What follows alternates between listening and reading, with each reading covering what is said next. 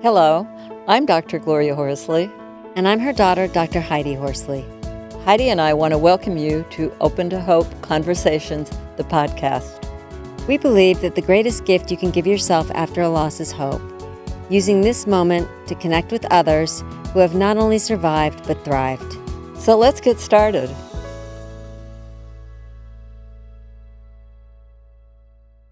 Welcome to the Open to Hope Show. I'm your host, Dr. Gloria Horsley, with my daughter and co-host, Dr. Heidi Horsley. Heidi. We have got a really interesting guest today, and we're going to talk about loss and love and also relationships. Because I know it's important for a lot of you who have had a loss, as I did a few years ago, and you end up kind of bringing in a new relationship in with the old relationship. And I know there are a lot of you folks out there who are doing that, who had a loss, and you have maybe another person who is helping you through the process. So, how do you want to introduce our guest? I would, Mom. So, like you said, we are going to be talking today with a widower, and you and Tony have a lot in common because you both lost your spouses, and you have also both gone on to be in new relationships.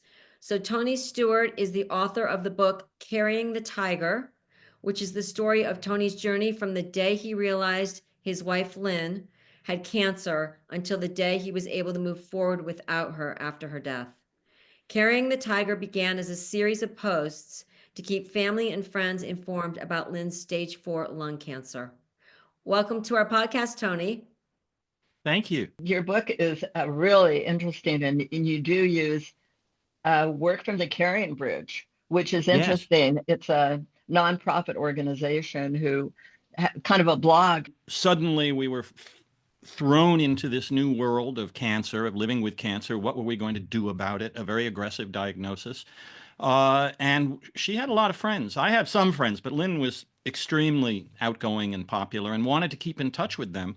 And when we started trying to keep in touch with them, we were just flooded. It overwhelmed us. All these people calling and being helpful, and how can I help? Or what do you need? And oh, I'm so sorry. And someone told us about this website where you basically set up your own private little forum, like a little private stripped down Facebook-y thing, the way Facebook used to be, where we could just post updates about what was happening, and our friends could read them there, and then they would write comments.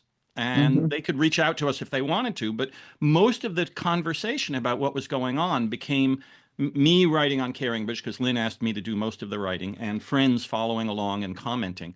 And that's how most people use Carrying Bridge. And you can say, oh, I need a ride to the doctor on Tuesday. And that also is an important part of Carrying Bridge. So to talk about it a little bit, your wife is a fabulous artist. I looked at some of art that she did, Lynn. It's really quite wonderful.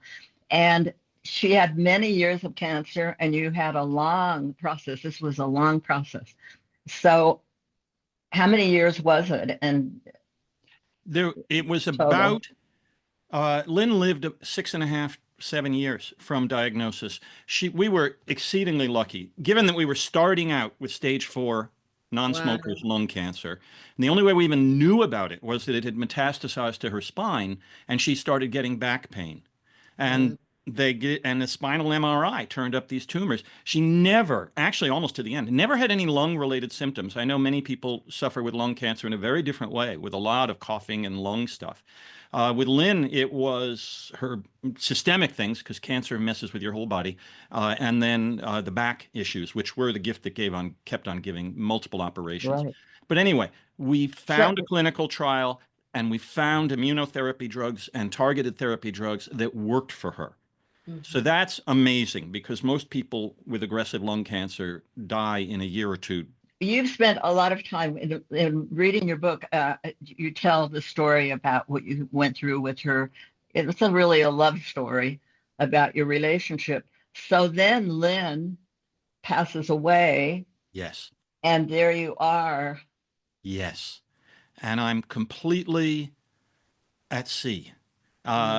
And I think the only difference between me and all of the rest of us, and you've been through this, more than I have, given your earlier losses, is that I was accustomed to writing on Carrying Bridge at that point.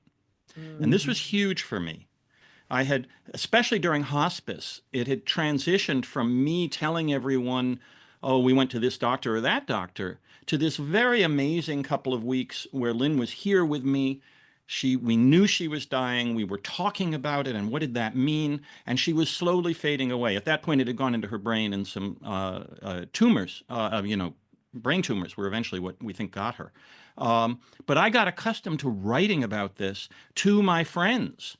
This was not ever intended to be public, and it became a part of my own internal grieving and therapy in a way. And then she died. And I remember I wrote this post right after she died saying, here we are. I'm going to try and make a good life, future life, and I'm sure this is going to be the last time I post. And 2 days later, I wrote another post. I couldn't stop.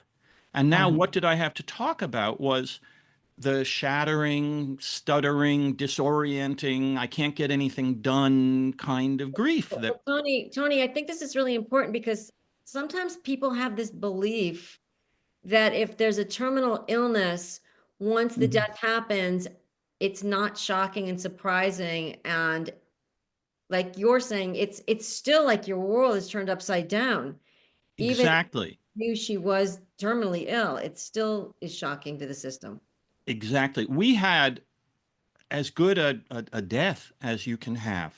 I mean, 2 weeks of talking about it and being together and love, and she knew she was surrounded by love. And I mean, that's not the point of this podcast, but I think that's actually some of the most special stuff in the book is what that spiritual, graceful experience is like.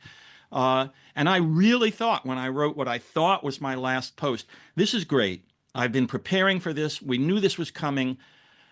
I'm going to be able to go out there.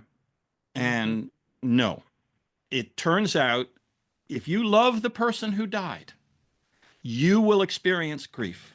And I assume the more you love the person who died, the worse your grief will be. Regardless, you can prepare yourself up, down, and sideways. It still happens to you. And it swept my feet out from under me. And there are these big losses. People always ask me, because my son died 40 years ago, and they ask me, my husband died 4 years ago, and they ask me, which was hardest? Was it different? And all that. And I say, you're going to take the trip, but you know what the trip is. Yeah. And I also knew that I would be happy again and that I would live, because you're not sure you'll live right away, are you? No. And in fact, there are those moments. I mean, I remember, and I wrote about that moment when I was standing sobbing in the bathroom, looking at my own reflection, trying to brush my teeth and saying, I wish I had died with you. Why couldn't I have died with you? And Tony, feeling like the best part of my life is over. All the magic is gone. The joy is finished. Absolutely. In that moment. And also, it's what I had increasingly been living for, in this case, for 6 years. I mean, I had a job. I did some, I accomplished plenty of things in my normal life. But increasingly over those 6 years, we were closer and closer together in this struggle. And what I lived for was helping Lynn have more life and then helping us have the best death possible. And all the rest had fallen away. I didn't care about my job so much at that point. I actually quit my job. I mean, I was 65 at the time, so it's not that. But I quit my job right around that, during the grief, because it had just become so unimportant to me. I couldn't do a good job at it. So now you're in the bathroom crying. Now what? At that moment, my big cat, not the one who was on my lap when we started this, but I have another one, came up right in front of me on the sink and started rubbing against me and basically demanding that I pet him, which was one of the most beautifully timed things that ever happened to me. And I realized, there are people who depend on me, or in this case, an animal. Right. Saying you still have a life to live. You still have a life to live, and I have my needs, and would you please help me out, mister? And you may have meant the question in a bigger sense, but in the short term, that is exactly what happened. And those are the important things that we want to hear about, because those are those little changes that give us that aha moment. Yes, exactly. The small things that are big at the time. Yeah. I love that. So you decided then that you were going to live, do you think? I did. Well, honestly, I wasn't seriously considering No, suicide, I mean that you were but going to actually be able to I survive was, this. I think so. I think for me that was a watershed moment, even though I don't think I acknowledged that until this conversation. I wrote Uh, about it in the book. I knew it was important enough that I wanted to capture that moment in the book. But just talking with you, I realized what a pivotal moment that was. And that was a couple of weeks after Lynn died, something in that range. Yeah. and what are other things that helped you in your grief process feel better? A lot of what helped me was, well, my interactions on Caring Bridge were huge. And I realized most people aren't going to be having that. But this was my support group. I did have a therapist, and I highly recommend anyone going through grief find some way to let out your feelings. Mhm. I had started that process well before, while Lynn was dying. I mean, before even she was dying. So I had these things in place. But more than anything, when I wrote about my disorienting, shattering days and how confusing this all was, my circle of friends, many of whom had been through loss, would Mhm. write comments back, not long, profound comments, but just short things, pointing out, like, yes, and when my father died, I felt something similar to what you just said. Hang in there. Hang in there. The message again and again was, I've been here before you. I survived, just as you were saying before. I survived, and hang in there with time, you will too. I Mhm. love And I think that repeated message coming back from my friends, which came almost because I had happened to have set up this environment in which there were 200 people reading my posts and writing things, not all of them every time. Uh, I had this support group. That was huge. Um, Right. Okay, now tell us about Cordelia.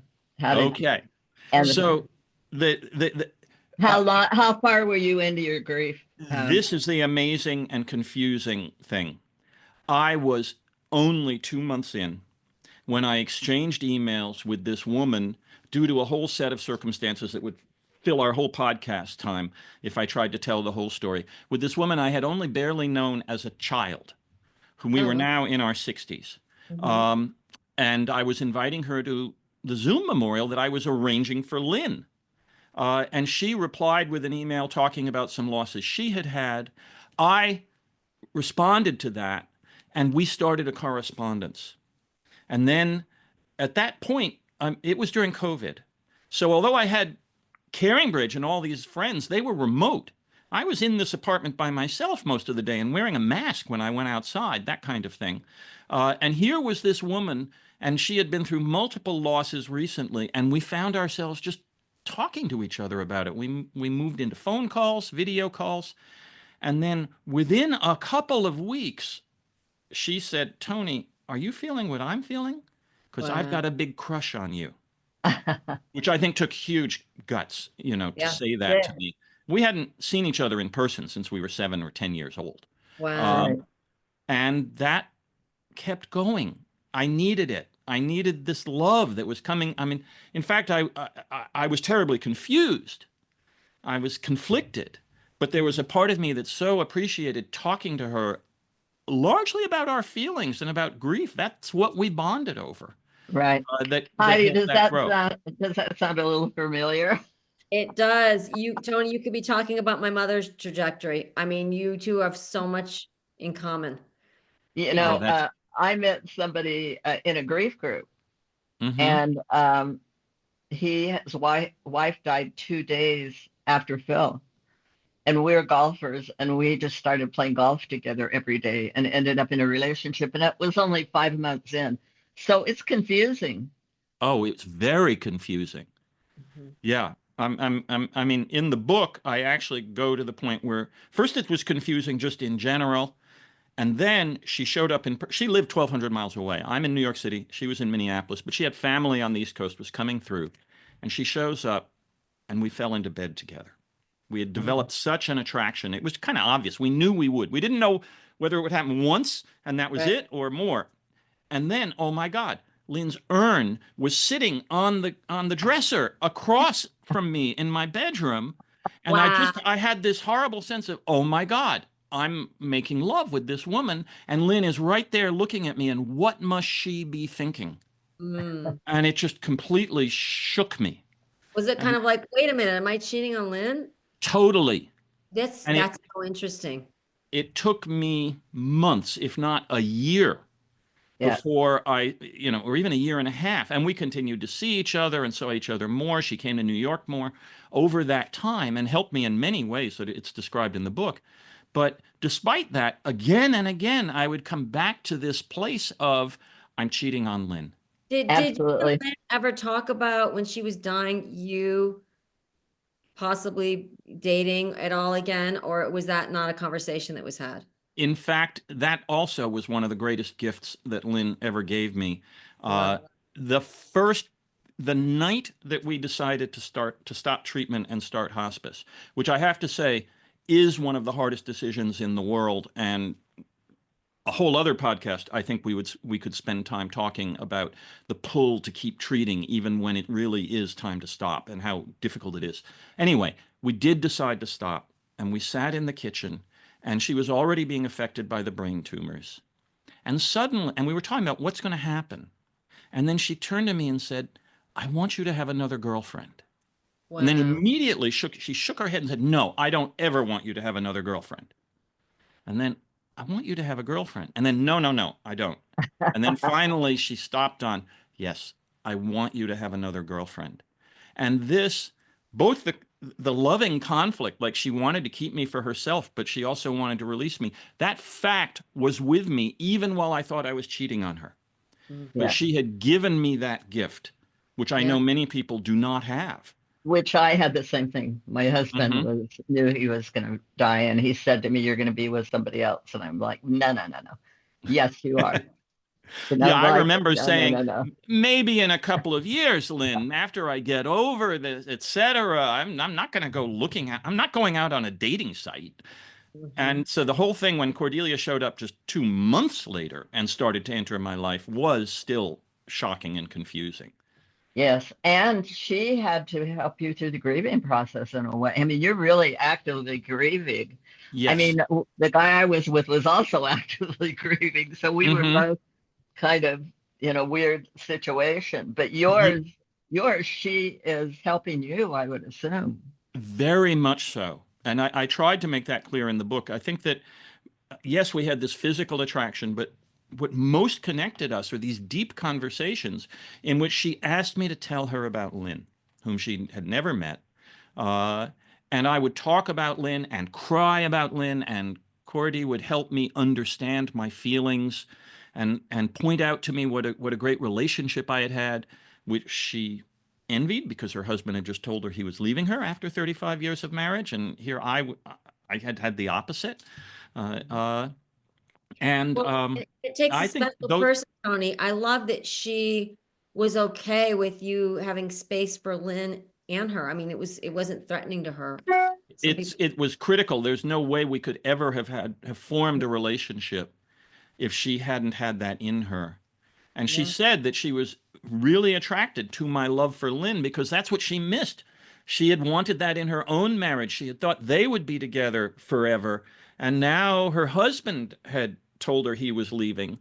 It wasn't her choice. And here I was, someone who really had loved to the end and beyond.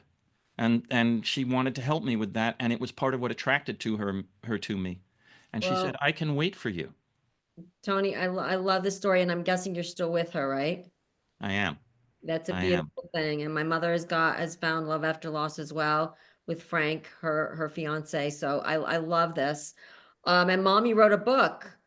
Oh yeah, I actually wrote a book with my fiance Frank Powers called "Open to Love: The Secrets of Senior Dating." But I love it. I saw that. I saw one of your. I had seen that on your website. I'm going to hold up my book too because I'm so happy and we about want to talk about your book and where people can get it. Yes. So where they can get it, where we can find you. Yes. So first of all, my website is TonyStewartAuthor.com. and you'll find me there. And from there, you can get to my Facebook, my Substack. I mean, I'm around. I'm not hugely prolific on social media, but I write stories on Substack, and I post occasionally here and there. And of course, you'll find out all about the book, download an excerpt, all the usual stuff from an author's website.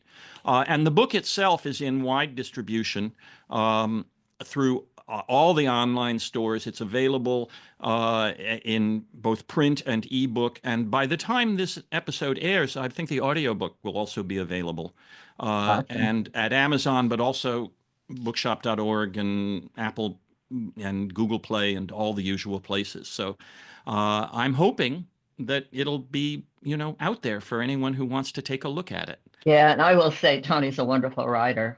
You're definitely going to want to read his book. Thank you very, very much. Thank you for being on the show today, Tony. And what would your advice be to somebody who thinks they want to get into a relationship? When is it too early? And when is it too Well, late? I think depending on who the two of you are and what you're willing to include in the early days of your relationship, I certainly wouldn't try to start just 2 months after your partner died, but it clearly was possible because now it's another 4 years later as we record this, and Cordy and I still have a deeper and deeper relationship. That's wonderful. Awesome. Well, say hi to Cordy for us. I will. And thank you for the opportunity to have me on, and thank you so much for doing this, all these years.